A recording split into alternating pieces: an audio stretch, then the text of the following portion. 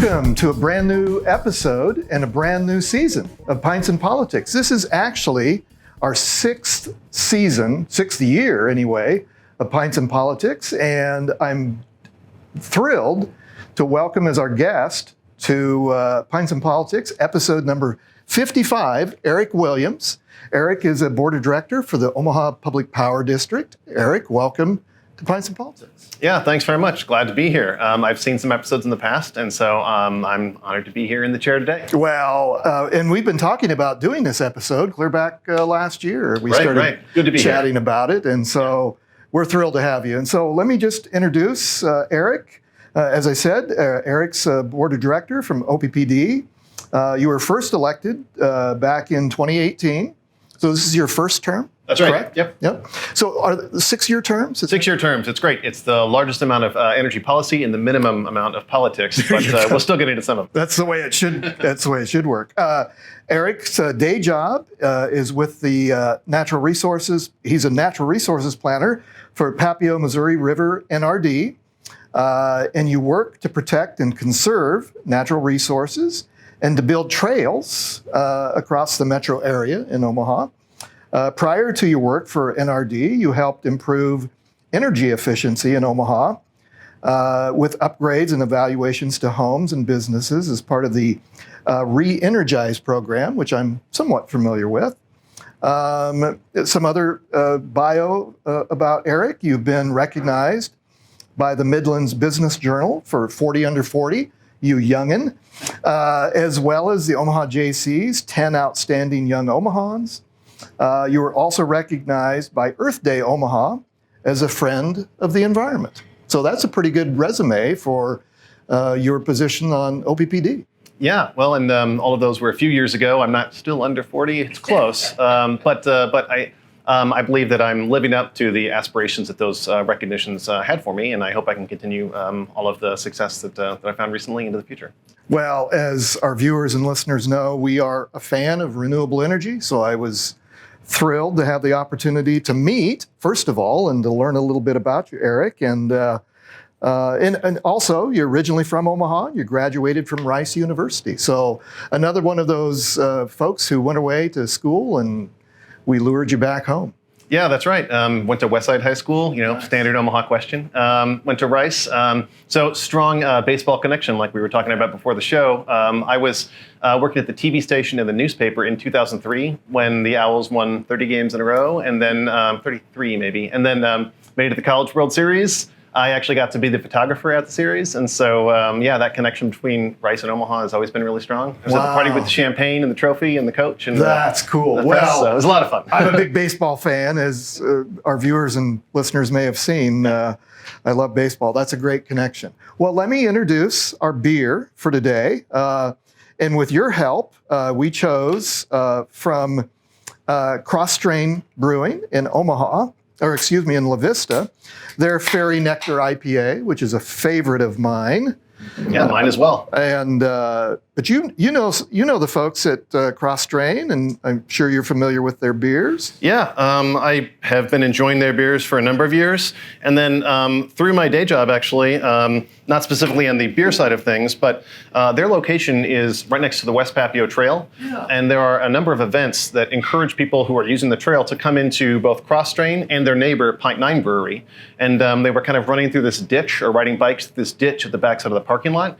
And all of the businesses in that strip said, we'd really like a better connection so that recreation and active transportation users can get to our businesses, help to build a little connection across that ditch into the backside of the parking lot. Through your position with NRD. That's right, yeah. Well, I started by building the trail itself, and then a few years later I came back and built that connection because people recognizing the access to the natural resources along the creek as an asset to their business was really exciting to me. So the businesses put up all the money because they wanted to be connected to the trail. I helped implement that connection.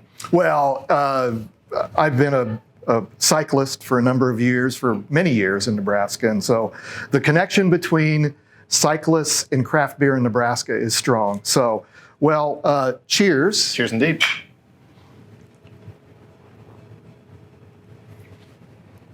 Dang, that's a good beer. Yeah. That is really. It is. Very little convincing for me to come up with a suggestion for the show. That is exactly right. Well, let's take a quick break. I wanted to introduce a brand new project that we've started. And so let's hear from our sponsor.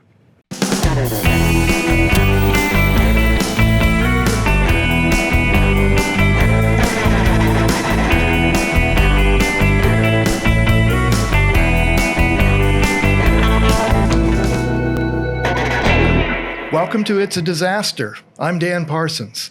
On each episode of It's a Disaster, we'll analyze the most bizarre public relations disasters that are making headlines and blowing up social media. We'll discuss what went right, what went wrong, and what I would have counseled to do differently.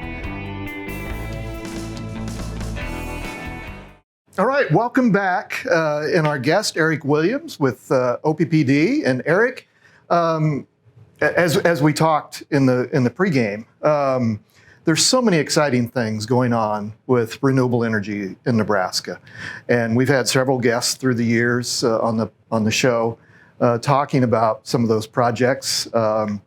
Nebraska obviously is one of the top producing states in the country for both sun and wind. In fact, I ran across this survey recently.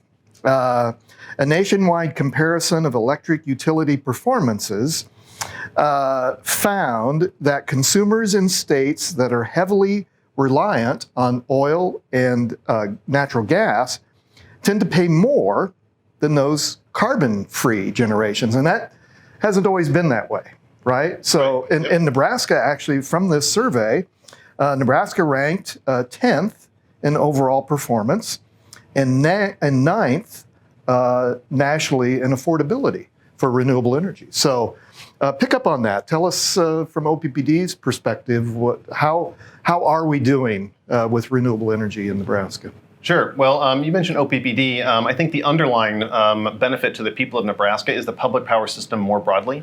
Nebraska is the only state out of all 50 states that has exclusively public power. So everyone is served by a public electric utility that has elected, or in Lincoln's case, appointed representation, making sure that the customer owners of the utility are represented in the decision-making process.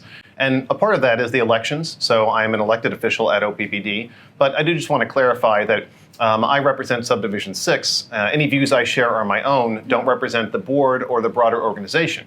And I think that's important to remember with regards to public power, that we have people who represent the customer owners in their jurisdiction, and it is our responsibility to carry their views forward and then work with other directors on the board and other regulators and utilities across the state to see the best interests of the people in Nebraska. And so that structure is really what has led to some of the investments in renewable energy that we have seen. Yeah, because and I think our listeners and viewers know this, years ago, it wasn't as easy for the public utilities to partner with those private utilids that wanted to come in. That's right. And we got the laws changed, and so now you're able to work with those, whether they're wind companies or solar companies.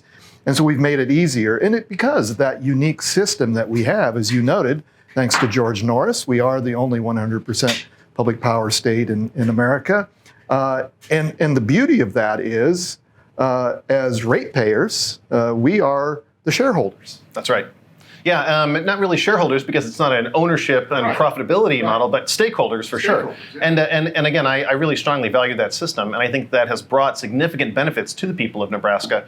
You mentioned that recent study that highlighted 10th in overall performance out of the 50 states, with 9th in, I think, reliability was the one you mentioned, and also in affordability.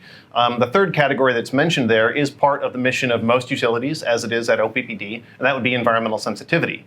And right now we are ranked about 37th out of the 50 states in environmental sensitivity for our energy production. And how do you define that? I think it's probably mostly tied to carbon emissions, but there are probably other metrics as well. I didn't look into the calculation for that particular study, but that's usually how that type of stuff is done. And so Do we have room for improvement in the way in which we use non-carbon resources in Nebraska? Yeah, absolutely. You mentioned that it was more difficult in the past, and that's true. Public electric utilities do not have access to the tax credits that really helped to develop the wind energy market, starting about 20 years ago. Looking at Iowa, I mean, everybody always points to Iowa for years, has been a leader in the Midwest anyway, and some of that, and they've been able, because of their system of governance, to be able to provide those tax credits. Yep, private utilities have tax liability, so they could take advantage of the production tax credit, and more recently with solar, the investment tax credit. I will say kudos to the Inflation Reduction Act, because public power utilities are now eligible for direct pay on those tax credits, and so that really does help open up the and provide a lot of flexibility for public power districts and utilities across the country to look at renewable energy. And the power purchase agreement structure has worked well in Nebraska up to this point, but this provides more opportunity and more options for us to potentially directly invest in clean energy. And so you mentioned the wind that we have in Nebraska. OPPD has about 1,000 megawatts of wind in our portfolio, and that's about 35% of the overall annual energy production that we do.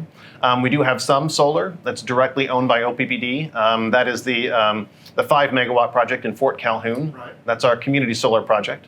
And there are about 75 megawatts of solar in that category across the state of Nebraska. So Norfolk, Scottsbluff, Venango, other places that people might not have thought are a champion of clean energy and advanced technological investment, but they recognize the benefit that renewable energy has to the people in their community. And so I just got an email earlier today that lists kind of the current status of all of the community scale solar and wind projects across the state of Nebraska, and it continues to increase every year. So I've always been fascinated because all of the wind in Nebraska doesn't blow the same way, right? There's better wind in some counties than others, and of course sun is pretty much equal, obviously, but there is differences in wind.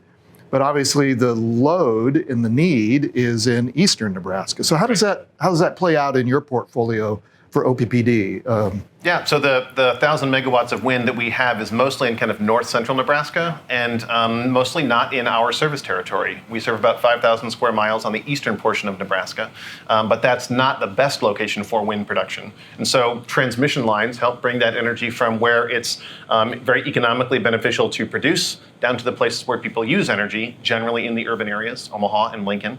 And so that connection, the transmission line, is another really important part of the system that I think we'll see a lot more focus on moving forward, because not only within Nebraska, bringing wind energy to Omaha and Lincoln, and to cities across the state who maybe don't have wind energy in their specific city footprint, but from Nebraska and the middle part of the United States to the coasts, where huge amounts of energy is used, or from Nebraska and Iowa to Chicago or Kansas City or over to Denver. The kind of urban development patterns of our country have large metropolitan areas, and it's not reasonable to have all of the energy production done in those metropolitan areas, just the same way that we don't have all of our agricultural production done within the city footprint. Sure. You can grow lettuce, you can have backyard chickens, you can supplant some portion of your food with locally sourced production.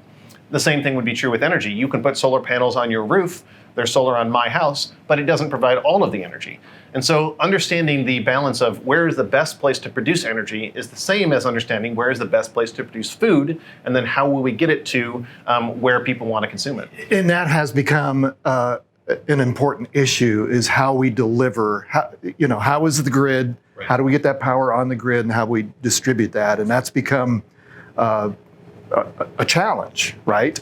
Because of, just as we were talking before we came on the show, the proliferation of more people driving EVs is a good snapshot of how electric energy is becoming more common and more, for consumers. Yeah, and there's lots of great examples. Electric center pivot systems across the state of Nebraska are high energy users, and that overlaps pretty well with the time when solar energy is peaking. And so, as long as we can get the energy from when it's being generated or where it's being generated to the place where we want to use it, there's a great match there.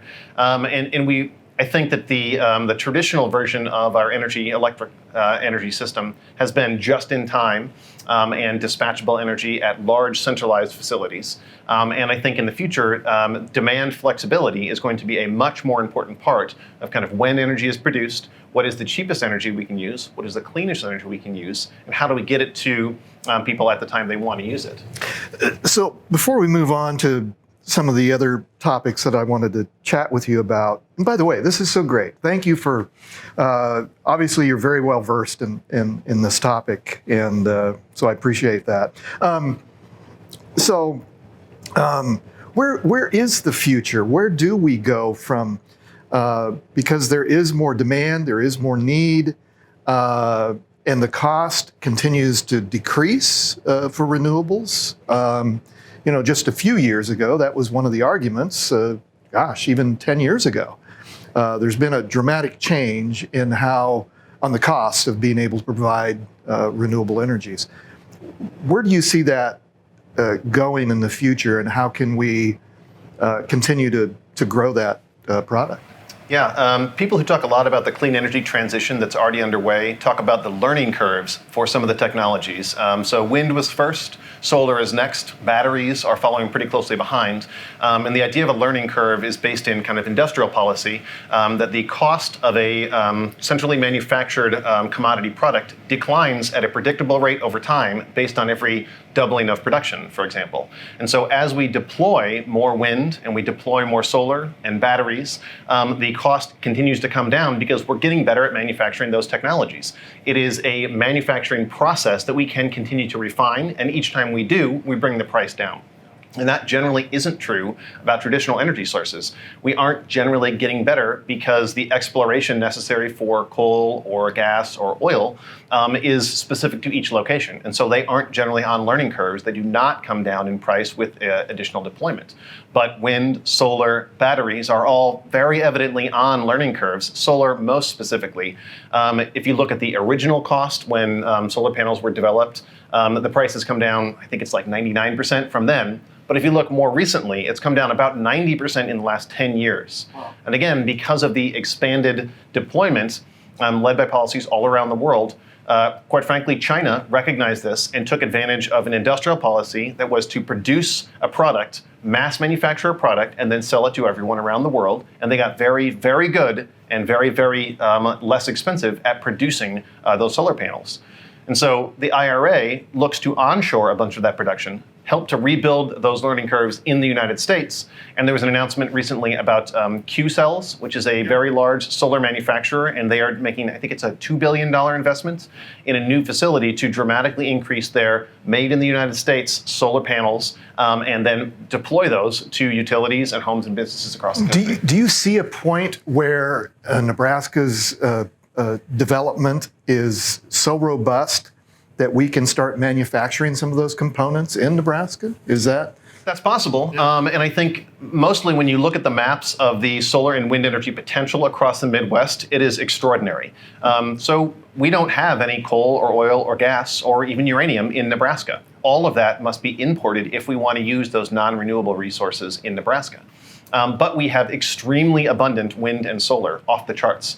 You mentioned that we have a good amount now, but compared to other states, we are not taking advantage as much of that resource as other states are. Iowa, quite frankly, Kansas, Texas, California. So across the political spectrum, states are recognizing we have a resource that we can put to rural economic development benefits to create jobs in our community and to create a very low cost resource that goes into the other parts of our economy. Well, and that's what I wanted to, so that's the good news. So now let's now transition into the challenges that we have and why we're getting our ass kicked, quite frankly, by our neighboring states. And part of that is based on neighbors not maybe understanding some of the opportunities that they can contribute to this movement, both in Nebraska and nationally, to provide a clean, affordable source of energy. Right. And so there's become a public relations problem, quite frankly, in a lot of locations, and not just unique to Nebraska. We've seen this in other states where neighbors are actually not welcoming these projects into their backyards. Right, and that is a huge challenge right now. It's not that we don't have the resource available. It's not that we don't have the technology to bring the resource to benefit for people. It's that we don't have a good understanding of what are the distribution of benefits. And this is something I've really focused a lot on recently, because there are a number of stakeholders along the line, for renewable energy and clean energy projects. So you have a landowner where a solar installation might be located. You have a county leadership who might see property tax and sales tax benefits. You have people who might be along the line of a potential transmission line. You have utilities and their stakeholders specifically, and you have the customers at the end. And so everyone... I'm sorry to interrupt, but just to remind our viewers and listeners, as we mentioned earlier, your charge as a public utility is to provide the most affordable means of power to your constituents. And so you are responding to the market, but you're also responding to the demands of the public utility. Right, and to your point about the most affordable energy possible, the lowest cost new form of energy measured by kilowatt hour or megawatt hour is wind and solar. It's not even close. Yep. And so we talk about how to help keep prices down, and not only low, but also stable. Because there is zero marginal cost for wind and solar once it's installed, and you have a very good reliability on how much will it cost in the future, because you made the capital investment up front. You do not have anywhere near as much. There's no fuel cost, and so the operating costs are very low. There's some maintenance, but it's very predictable. And so not only is it lower cost in terms of kilowatt hour or megawatt hour of energy produced, it is also much more stable. So for everyone who's getting a gas bill right now, for example, I just got mine today, and it is dramatically higher than last year, even though I used about 25% less gas to heat my home. And that is due to the international nature of the gas and oil and fossil fuel markets. That the price went up dramatically, and there's kind of nothing that customers can do about it. You can conserve energy, that helps, but it's really, really difficult, and in a lot of places impossible to change to a different provider. And even if you tried, they are still buying gas from the international market or the national market, and so they will also be paying the same price. So when you talk about both affordability and the expected potential future costs for energy, wind and solar have huge advantages. And everyone in the electric utility industry is aware that the sun doesn't always shine and the wind doesn't always blow. So if we could just kind of skip that part. I mean, I have heard that so many times that, yes, utility executives and utility board members and utility resource planners, we know that the sun doesn't always shine and the wind doesn't always blow. That is not a consideration in whether or not those resources are reliable. They're reliable in the sense that we can predict when they will be available. And it's not everywhere all the time, but we have extreme accuracy in day-ahead predictions for wind and solar energy, and they perform extremely well. That is different than saying you can turn on full capacity at any time in the dispatchable sense, but it is not anything like unreliable. That is a misappropriate, that's an inappropriate use of a term to say that wind and solar aren't reliable. They are, but just in a different way. And it's also suggesting that we're not going to continue to advance in technology for the batteries that, and other sources of non-carbon based load and dispatchable generation, which comes up in every integrated resource plan from every utility across the country. We just need to decide how much of the extremely cheap, extremely distributed, extremely reliable wind and solar are we going to use, and how much of the other technologies are we going to use? And we'll talk about some of that new technology in a minute. But let's go back to this county and local challenge that we have as developers. And again, just as we've talked, just for transparency on my part, we have and still do represent some renewable energy companies. So obviously I have a bias. I want to see these companies succeed, but I want to see Nebraska succeed, and I want to see taxpayers succeed, and I want to see rural Nebraska succeed. But there has become this batch of misinformation on the county and local level from taxpayers and other property owners who don't see the advantages as we've described in these projects. So let's talk about that a little bit. And I know there's some examples just nearby in Jefferson County and Cass County, and some of those local public governing bodies have really made it a challenge for developers to bring some of these projects online. Yeah, and that is an interesting point right now. You mentioned Jefferson County. They recently had a review from their Planning and Zoning Commission about setback distances for wind energy, and they moved them to, as far as I can tell, what would be the largest setback distance in the country. And that does not mean that it outright prohibits wind energy, but it is something like, it's like a mile ban. Yeah, it's a mile, right? And a mile setback is, I mean, it is essentially a ban on wind energy in the county. So describe that, just for our viewers and listeners who maybe don't understand that. So from the property line well, go ahead. Well, it's under discussion. Is it from the property line or from the residence? And there are a lot of finer points there. But in general, it doesn't really matter if it's from the property line or the physical structure of the residence. A mile setback is so far that any individual property owner who doesn't want that project in the county could basically stop the entire project. Yeah. And that is pretty well understood. And so it's unfortunate. And again, we talked a little bit earlier about rural Nebraska has extremely abundant wind and solar. And not only that, we have biomass, which can be an advanced clean energy technology, and we have ground source heat. So heat pumps, ground source heat pumps, there are at least 4 different forms of renewable or clean energy technology that can be deployed in Nebraska. But what we do not have is coal and gas and oil and uranium. And so when we talk about what are the best types of energy to use to provide that rural economic development and to respect private property rights from people who wish to participate in wind and solar projects, those are the types of things that we should really keep in mind. Do we want to tell people we are going to set policy that says you cannot, of your own will, participate in this renewable energy project? I mean, that's a challenging position, in my opinion, to allow some people in a community to say, no, I don't want my neighbor to participate in this clean energy project. And I understand it's different views from different people. But those landowners have just as much right to develop that property the way they wish to. That's right. And so if you wanted to put in if you wanted to subdivide and put in housing, or you want to do a commercial development or an industrial agricultural facility, those are all within your right, and neighbors generally do not stop you from doing that type of private development on your property. Exactly. Why is renewable energy catching this much more strict version of other people telling you you're not allowed? Well, hopefully, and I mentioned earlier, this goes so fast, I'm already getting the 5-minute sign. It goes really, really fast. And we barely drank our beer, Eric. But one other thing I wanted to bring up before we sign off here. There's several bills in the legislature that I know OPPD is following and other people who care about renewable energy in Nebraska. But one that caught my eye is LB 541. Could you talk a little bit about that and what that would do to the public utilities? Sure. Again, as a reminder, anything I say is my own position, not that of the organization, because OPPD does engage in the legislative process, and the board receives updates about bills that we are tracking and things on which we are engaging.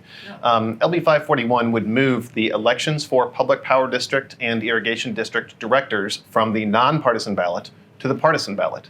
And that doesn't explicitly change anything per se, but it does intentionally introduce a more political and divided lens to the way in which our utilities would operate. So instead of, so now the two main political parties in Nebraska would have a bigger stake in public utility elections.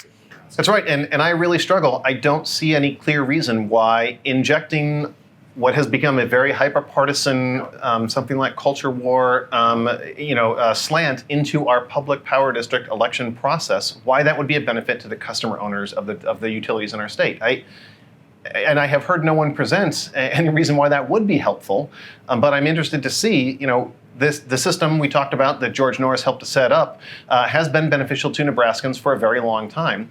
And, what benefit does an intentional partisan dial turning bring to the people of Nebraska, I'm sorry, I don't see it. Well, and we've seen that effort in our nonpartisan, again, George Norris also created our nonpartisan one-house legislature, unique, also the one only entity like it in America. And it has worked really damn well. And there's been forces who, just earlier this session, who wanted to change some of the rules and some of the things to make it more partisan so that the political parties would have more control. Also a bad idea. And hopefully that's been slowed down. And that is, that is an interesting point. And again, I mentioned earlier, the 6-year term is the maximum amount of energy policy and minimum amount of politics. And I do just really feel that the public power system brings such benefit. And as we look to the clean energy transition that's already underway, again, we need to decide how will we equitably distribute the benefits of the clean energy resources that we have in our state. And I'm just not sure that additional partisanship will bring us more benefits and will have them distributed more equally and equitably across the state than we currently have from the public power districts. Yeah. Well, Eric, wow, a wealth of information. I told you this goes really fast. We could easily do another episode, but please, you're welcome back anytime. How can people find you? And we can put this in the notes. How can people learn more about your work and what OPPD does? Yeah, on social media, I personally use Williams for OPPD branding. So Facebook, Instagram, Twitter, OPPD.com has all the information about the policies and the work that the organization is doing. I really enjoy talking to other people, and anyone who wants to engage in a discussion about how clean energy can benefit our state, I'd really love to hear from them. I talked with the Students for Sustainability in Omaha last week. They provided some comments at the board meeting. So there are a lot of stakeholders who are really concerned about what are we doing moving forward. And that is one of the other benefits of the public power system is you have elected officials who are accountable to the people, and they are all accessible. You can find their contact information. They would love to hear from you. Exactly. They would That's love the to hear beauty your of the views. system. Absolutely. Yeah. Well, Eric, thank you so much. Let me just thank, as we close, some of our staff and sponsors. Right Eye Digital, Kristian Anderson is our executive producer. Mad Owl Films, Grant Parsons is our senior producer. Parsons Public Relations and Kim Remington is our operations manager. And Parsons Public Relations, the leading Nebraska public relations consultant. And my guest, Eric Williams, and this delicious beer. Cheers. Cheers.